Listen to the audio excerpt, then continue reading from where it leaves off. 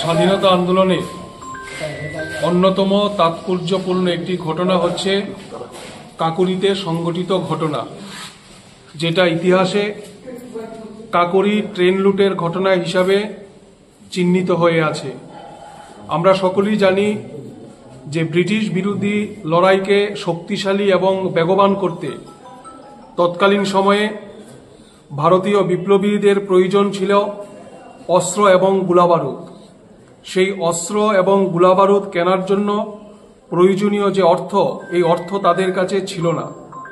ফলে সেই সময়ে বিপ্লবীরা সিদ্ধান্ত গ্রহণ করলেন যে ভারতবর্ষের সম্পদ যারা লুট করছে ব্রিটিশরা, তাদেরই সরকারি কোষাগার থেকে অর্থ লুট করে এই বিপ্লবী কার্য পরিচালনা করার জন্য গোলাবারুদ এবং অস্ত্র কিনতে হবে।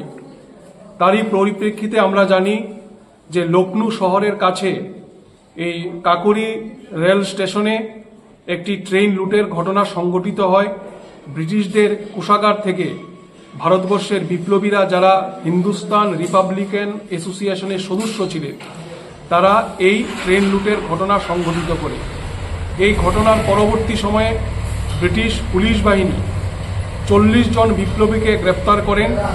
তাদের মধ্যে থেকে 4 জন বিপ্লবীকে আজকের দিনে 19শে ডিসেম্বর 1927 সালে তাদেরকে ফাঁসি কাস্টে ঝুলানো হয়। তারাই হলেন রামপ্রসাদ বিসমিল, ঠাকুর রওশন সিং, আশফাকুল্লাহ খান এবং রাজেন্দ্রনাথ লাহিড়ী। এই ঘটনার মধ্য দিয়ে এটা প্রমাণিত হচ্ছে যে ভারতবর্ষের স্বাধীনতা আন্দোলনে কোনো জাত, ধর্ম, বর্ণ ছিল না। আমাদের ভারতবর্ষকে ব্রিটিশদের শৃঙ্খল থেকে মুক্ত করবার জন্যে সমস্ত অংশের মানুষ, জাতি, ধর্ম, বর্ণ নির্বিশেষে সমস্ত অংশের মানুষ এই ব্রিটিশ বিরোধী লড়াইয়ে ঝাঁপিয়ে পড়েছিল। আশফাকুল্লাহ খান ছিলেন একজন মুসলমান পরিবারের সন্তান, আর রাজেন্দ্রনাথ লাহিড়ী হচ্ছেন একজন হিন্দু ব্রাহ্মণ ঘরের সন্তান। এটাই হচ্ছে ভারতবর্ষের ঐতিহ্য। আমরা যে স্বপ্ন দেখি পরাধীন ভারতবর্ষ একটা বৈচিত্র্যের মধ্যে ঐক্যের ভারতবর্ষ হিসাবে তৈরি হবে, এটাই ছিল তৎকালীন সময়ে যারা ব্রিটিশ বিরোধী লড়াইয়ের সৈন্য, তাদের স্বপ্ন। এই স্বপ্ন নিয়ে আজও আমরা গোটা ভারতবর্ষ জুড়ে ধর্মনিরপেক্ষতার যে আদর্শ, সাম্প্রদায়িকতা মুক্ত যে ভারতবর্ষ, এই ভারতবর্ষের স্বপ্ন আমরা দেখছি।